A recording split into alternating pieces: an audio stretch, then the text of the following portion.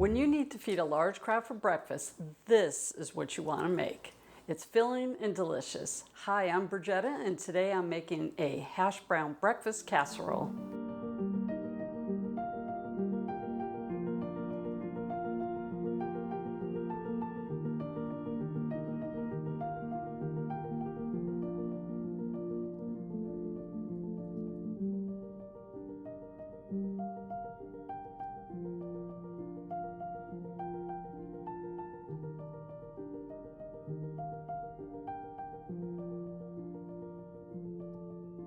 The first thing I'm going to do is cook my sausage. I'm going to add a little oil to the pan so it doesn't stick.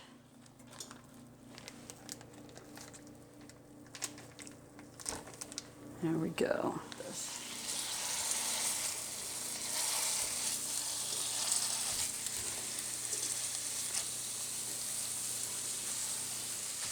Okay, so our oven is preheated to 350 degrees Fahrenheit. Sausage is still cooking. I want it brown, but I also want it crumbled into small pieces for our very large breakfast casserole.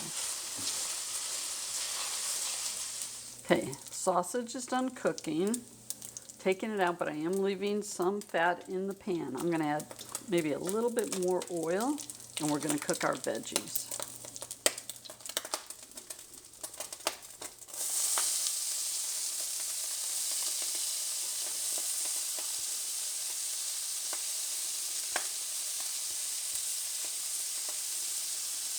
I'm going to turn that down a little bit.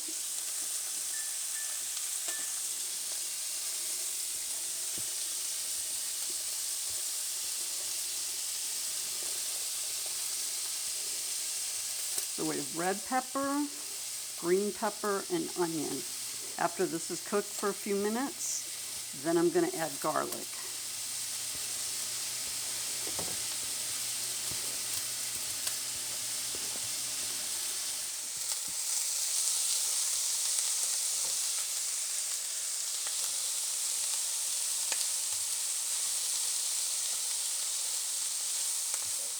The last thing I'm going to add is the garlic.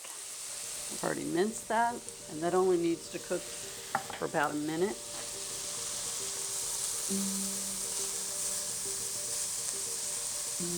Wow, smells good and looks beautiful.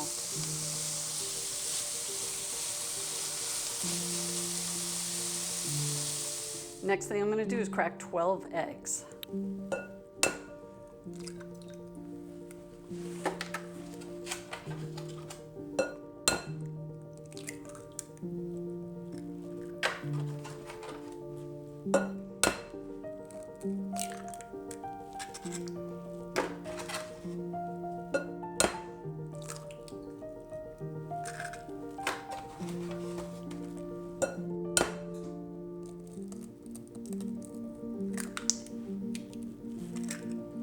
Next I'm going to whisk the eggs. Gonna add a little salt and pepper.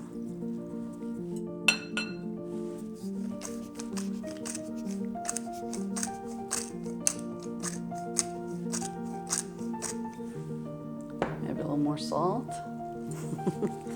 Try and remember to season at every stage. Now it's time to assemble everything. So we're going to start with the hash browns. I chose shredded, but you could get potatoes O'Brien, and those are cubed, and they actually have peppers in them. But of course, I want really good flavor, so that's why I used fresh.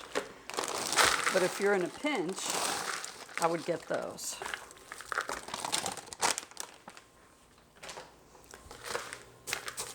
So break that up a little bit.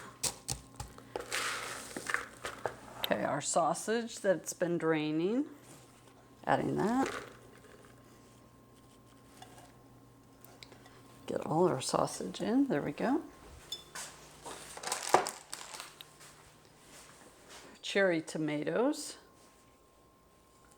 Now I would just do a handful, it's up to you. That was an addition that we made, that was not in the original recipe.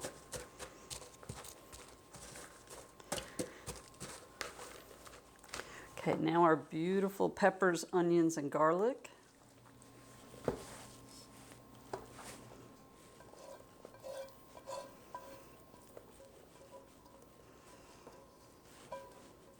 Next step is to add the cheese. Now this is a pound of cheddar cheese. You can do mild, medium, sharp, extra sharp. This is just sharp cheese, and we're gonna use half of it in the recipe now, and the other half after it's done cooking, we're gonna top it with more cheese. So that's about half. Once I get this combined, I'm gonna add salt and pepper, and we're gonna taste it. If we think it needs more, we can add more. Our last step will be adding the eggs.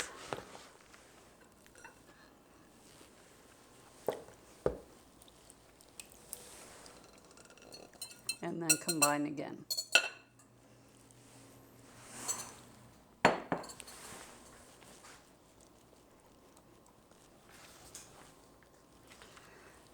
So before we put it into our foil-lined pan or foil pan, going to spray it so it doesn't stick. You definitely need to do that.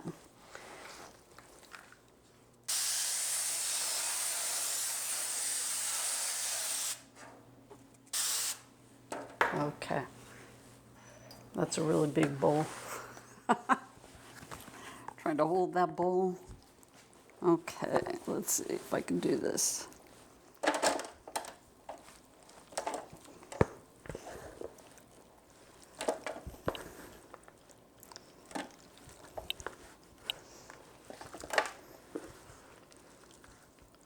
Okay, I'm going to turn the bowl a little bit. There we go.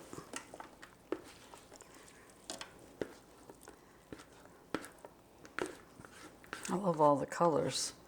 There's going to be a lot of flavor in this. Okay. It's going to cook in the oven, uncovered. Oh yes, this is heavy. Definitely need that pan underneath. Okay. Because I don't want to drop it. Okay.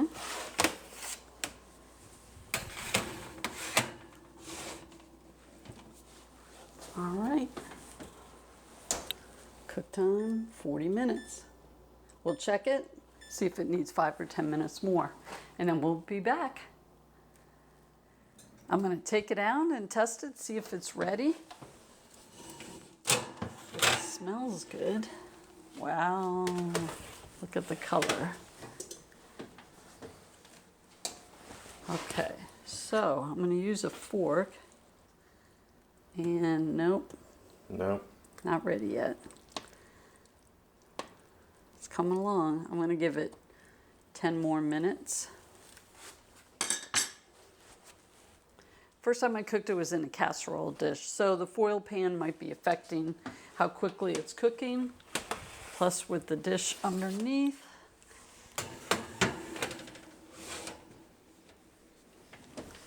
Yep.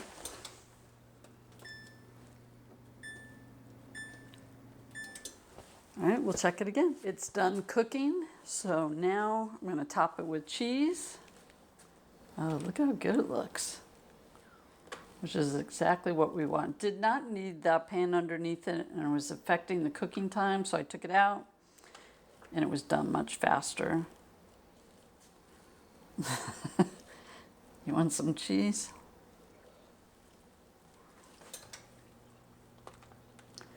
So it's going to go back in with the cheese on it, and you're just going to keep it in until it melts. How is it?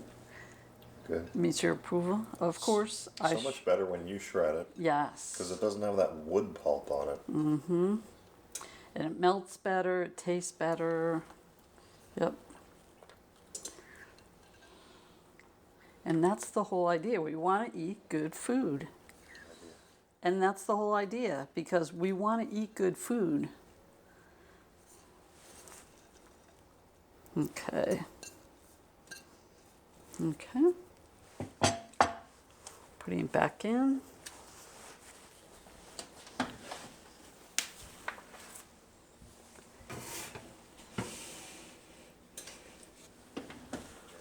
I'm going to have to watch it, make sure the cheese doesn't burn. I just want it to melt.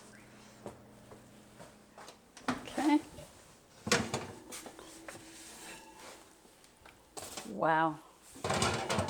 Oh my gosh. Cheesy goodness. Uh-huh. Holy cow. Yum. Okay, we're gonna let it cool for a few minutes and I'm gonna put some parsley on top. Let's bring it over here. Okay, I'm gonna top it with some fresh parsley.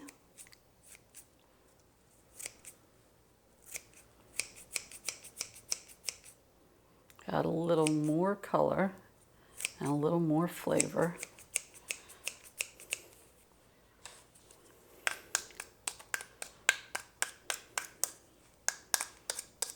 Oh, that looks good. Good enough. You ready to try hash brown breakfast casserole? I call it a mountain man breakfast, just saying. That works too. That's where the recipe originated from, and then I took it from there and added a little bit more stuff. Now we're only going to take a small bite because this is for an event. We're just taste testing. This is one of many to come. We've got 45 or 50 people to feed with this. Okay. Some of my friends. Okay, how's that? Oh, I need a little more. You need a little more. Okay. Okay. Well, there if you go. have a little more, then I guess I have to have a little more. This is an old favorite that my son and I would make for Boy Scout events in a Dutch oven to feed an army of kids and parents. Wow. Mm. Oh my gosh. And it does not disappoint. It is good. It is really good. I was never a fan of my food touching my other food when I was a kid, so this would be something I would never have eaten as a youngster. Yeah? No casseroles, huh? All eggs have to stay separate from the base. You know how kids are. Yeah. Peas can't touch the mashed potatoes. Mm-hmm. Oh, this is great. But if you've ever gone out and tried to cook a breakfast on a camp stove, it's nearly impossible. But when you learn the art of Dutch oven cooking, and these types of, I wouldn't even call it casserole, although it really is.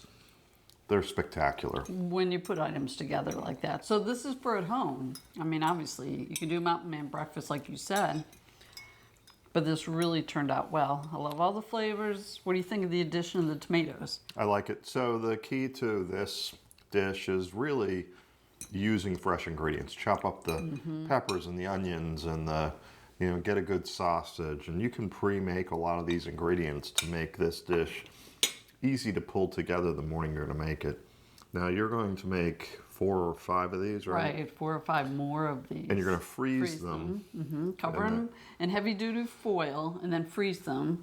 So I'm going to need a lot of space. And then we'll have them here in a weekend or two for a big event we're going to have. Brigitta's taken the role of bringing breakfast, helping. Yes, I'm helping. Bringing breakfast on 2 mornings, Saturday and Sunday, yeah. Right, exactly. So this is one morning's breakfast, and the next morning's breakfast is yet to be decided, but we'll make it here and share it with you in advance. Maybe.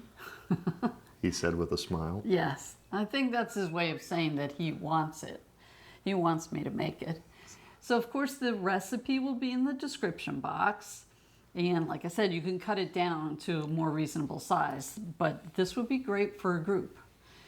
So, And if you're hoping Brigitta makes the French brioche bread, French toast, bacon extravaganza that I'm dreaming of for the second morning, we'll see. which we've never made, Maybe down the road. let her know. Yeah, so let me know. So don't forget to like and subscribe. We hope you enjoyed this video because we sure did. Thanks for watching, and we'll see you again real soon. Bye-bye. Bye-bye. So I really can't have any more? No. Oh, man. It looks beautiful, though, doesn't it? And it tastes good, too. All right, well, I'll clean my plate. Yes. Thanks. Wow.